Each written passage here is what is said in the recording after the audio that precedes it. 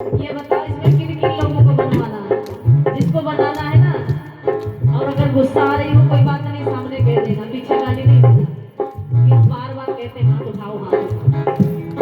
अगर आप लोगों को संत अच्छे लगते तो ताली बजा दो संतों के लिए। संतों के संग लागरी तेरी अच्छी बनेगी, संतों के संग लागरी तेरी अच्छी बनेगी, अच्छी बनेगी तेरी किस्मत सजेगी, अच्छी बनेगी तेरी, अच्छी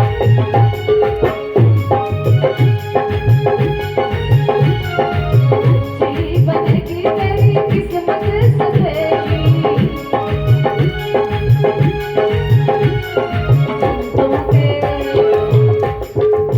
संतों के संग लागरी तेरी अच्छी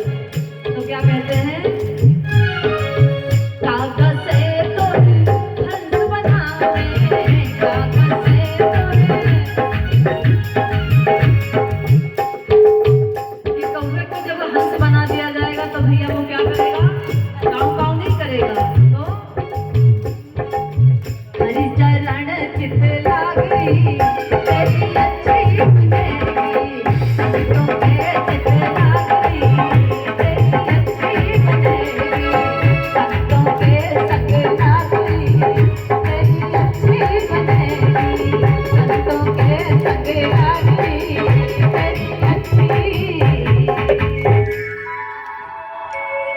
कि संतों के संग लाग संतों का भेष बना करके पहुंच गए। तो संत के साथ रहोगी ना तो अच्छे सिखाएंगे। अपनी देवी जी बैठी माता इसको सुधार के ही जाइयो, कह रही थी ना। हमारे भैया जी बैठे होंगे कहीं, ये बैठे होंगे कहीं। तो ऐसी है ये संत कृपया। संत की कृपया बहुत न्यारी, परमात्मा की कृपया से बड़ी होती है संत की कृपया। परमात्मा भी झुक जाता है इनके चरणों में। कल भी मैंने बताया था कि संतों के चक्कर में कभी परमात्मा चोर की मदद करने जाता है, तो कभी किसी का खेत जोतता है, और कभी 90 का रूप लेता है, दाढ़ी बनाते हैं भक्तों के कारण। बस भक्त के कारण बस आज परमात्मा ने जरासंध से युद्ध नहीं किया, रण छोड़ के भाग पड़े। 18वीं बार जब परमात्मा भाग पड़े थे सिर्फ भक्तों के लिए, अपना नाम डलवा लिया रण छोड़। जबकि छत्री पीठ दिखा के नहीं भागता, और परमात्मा भाग पड़े, कन्हैया ठाकुर जी भाग पड़े थे। तो ये है संत का प्रभाव।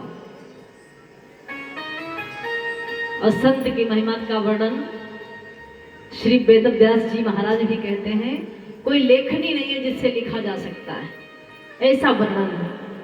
तो जरासंध ने देखा 6 महात्मा हैं, वो गदगद हो गया, आइए महात्माओं आइए। कन्हैया ने कहा वो तो ठीक है आएंगे, लेकिन ये बताओ हम जो प्रयोजन लेकर आए हैं क्या सफल हो जाएगा? जरासंध ने कहा महाराज हमारे गुरुदेव ने सिखाया है कि संतों का आदर करो, तो जो मांगोगे सो दूंगा। कन्हैया ने कहा ऐसे हम कैसे मान जाए, जो मांगेंगे सो दोगे? जरासंध ने कहा कैसे मानोगे? कन्हैया ने कहा पहले त्रिवाचक करो, संकल्प करो। कहा ना कि इसीलिए भैया संकल्प कराया जाता। आगे की कथा में आप लोग सुनेंगे। तो कहने लगा, जरासंध ने उठाया हाथ में जल, लिया सुपारी पान रख करके बोलने लगा, त्रिवाचक करता 3 बार, जो मांगोगे सो पाओगे, जो मांगोगे सो पाओगे, जो मांगोगे सो पाओगे। जरासंध की डोली तुम खाली हाथ न जाओगे।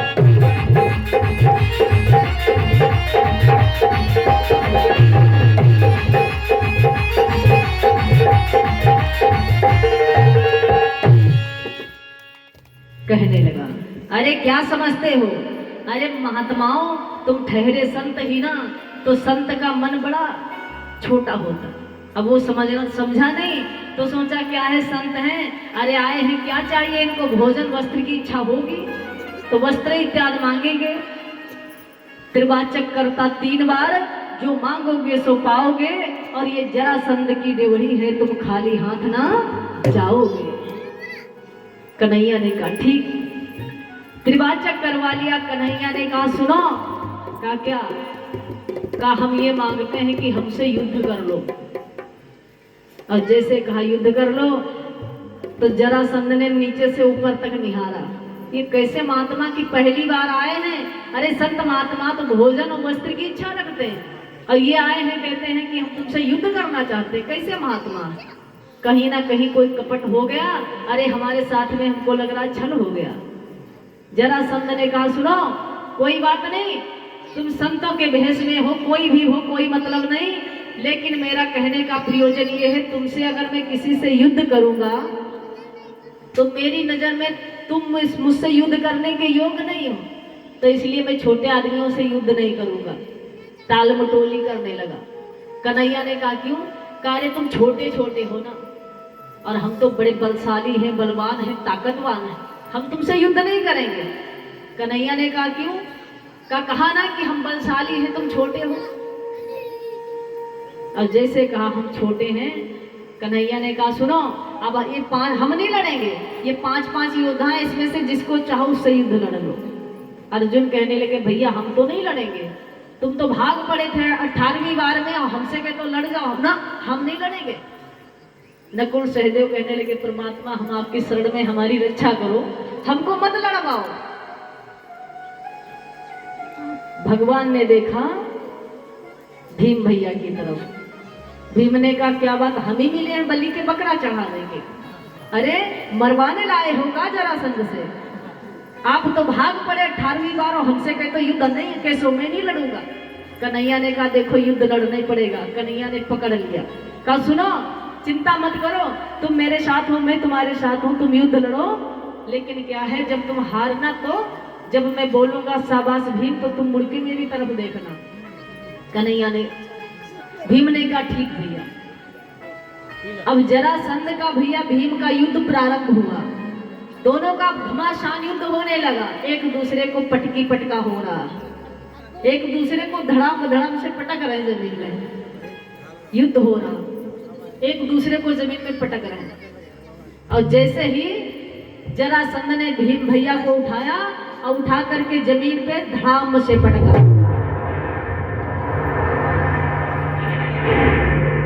दोबारा फिर उठाया भीम को, फिर जमीन पर पटका मारा। भीम भैया चिल्लाए, लेकिन ये नहीं कहा केशव हम तुम्हारी शरण में हैं। तो भगवान सोचने लगे तुम मेरी शरणागति नहीं होगे, मैं तुम पे ध्यान नहीं दूंगा। अब बार बार भीम के सीने पर बैठ करके जरासंध आज मुक्कों से प्रहार करने लगा।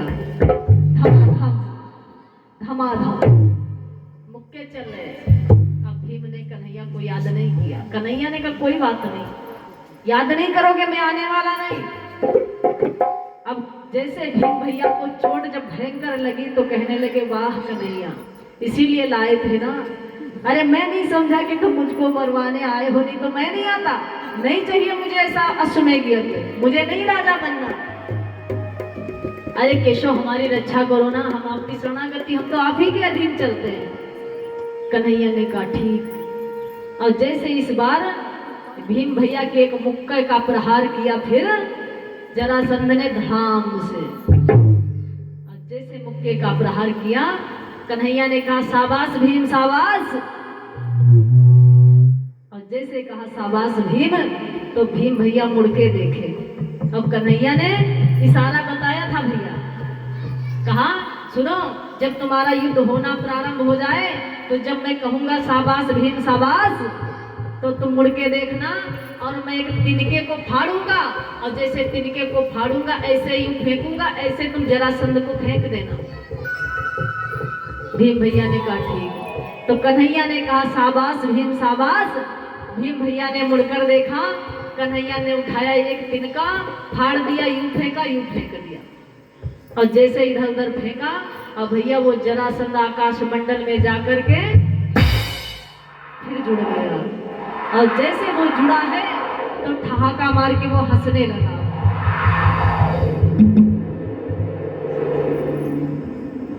आकाश मंडल गूंज गया। अब की बार में भीम भैया को जरासंध ने फिर उठाया, फिर बहुत तेजी से धड़ाम से पकड़ा।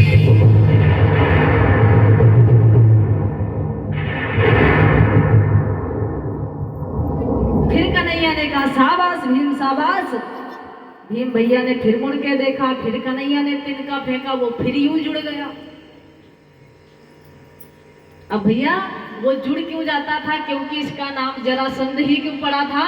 जरासंध नाम इसका इसलिए पड़ा था क्योंकि जरा नाम की राक्षसी के द्वारा ये जोड़ा गया था। एक राजा थे, उनके 2 पत्नियां थी, और उनके कोई संतान नहीं थी राजा के। तो राजा अपने गुरु के पास पहुंचे, कहने लगे गुरुवर हमारे कोई संतान नहीं है, तो हम चाहते हैं कि हमारे संतान हो जाए। तो गुरु महाराज ने एक फल उठाया, और फल उठा करके पकड़ा दिया, ले जाओ बेटा अपनी पत्नी को खिला देना ना, और जो पत्नी खाएगी उसके गर्भ से बड़ा सुंदर बालक पैदा होगा, और ऐसा बालक पैदा होगा, बड़ा बलवान होगा, बड़ा बुद्धिमान होगा, बड़ा प्रतापी पैदा होगा। तो राजा उस फल को ला करके अपनी एक पत्नी को दे दिया, देवी इस फल को तुम खा लो। तो एक पत्नी की दूसरी पत्नी से बहुत अच्छी बनती थी, तो उस पत्नी ने कहा नहीं बहना, मेरे स्वामी ने फल दिया है तो मैं अकेले नहीं खाऊंगी, क्योंकि दोनों पत्नियों का बराबर का अधिकार होता। तो दोनों पत्नियों ने मिल करके उस फल को काट दिया बीच से, और काट करके आधा आधा फल खा लिए, और आधे आधे फल को खाया। अब वो फल जा करके गर्भ में अपना प्रभाव दिखाया। समय काल व्यतीत हुआ, तो रानियों के गर्भ से आधा आधा बालक पैदा हुआ, मानो मांस का लोथड़ा पैदा हो गया। अब दोनों रानियों ने देखा, अरे ये हमारे काम का नहीं, ये तो मांस के लोथड़े हैं। तो दोनों रानियों ने क्या किया, उन लोथड़ों को उठाया, उठा करके एक जंगल में फेंकवा दिया। और वहां एक रहती थी भैया जरा नाम की राक्षसी। जरा नाम की राक्षसी को बदबू सी महसूस हुई, वो उसी स्थान पे पहुंची जहां वो मांस के लोथड़े पड़े। उन मांस के लोथड़ों को उठाया, उस जरासंध नाम की राक्षसी ने उसको खाना चाहा, और जैसे उसने हाथ में उठाया, दोनों लोथड़ों को इकट्ठे किए, वो बालक रुदन करने लगा, यानी रोने लगा। वो बालक रोने लगा, और जैसे ही वो बालक रोया, तो जरा ने उसको बड़े छवि को निहारना सोचा, अरे ये तो मांस का लोथड़ा है, और इसमें रोने की आवाज कहाँ से आई। अब वो उलट पलट के देख रही, वो बच्चा है। सोचा नहीं इसको नहीं खाऊंगी, बच्चा इसको पालूंगी। तो उस जरा नाम की राक्षसी ने उसका लालन पालन किया, तो इसलिए जरासंध का नाम पड़ गया जरा। जरा माने उस राक्षसी का नाम था जरा, और संध माने होता है भैया उसको जोड़ना, तो इसलिए उसका नाम पड़ गया जरा क्या संध। अगर आप लोग कथा मन से सुन रहे ना, तो हमारे प्रश्न का उत्तर दीजिएगा। अब हम ये जानना चाहेंगे कितने भक्तों को हमारी कथा अच्छी लग रही, हाथ उठाओ। इधर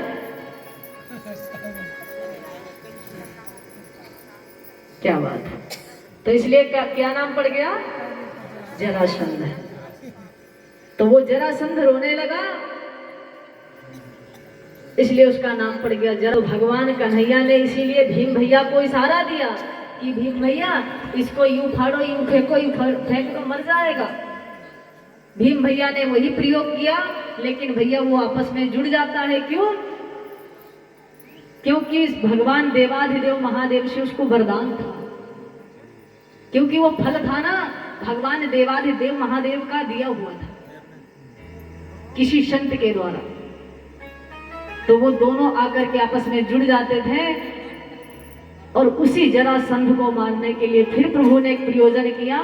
सोचा इसको नहीं मरवा पाऊंगा, तो कन्हैया ने फिर दोबारा तिनका उठाया और तिनके को यूं पकड़ा, यूं फाड़ा, कहा शाबाश भीम शाबाश।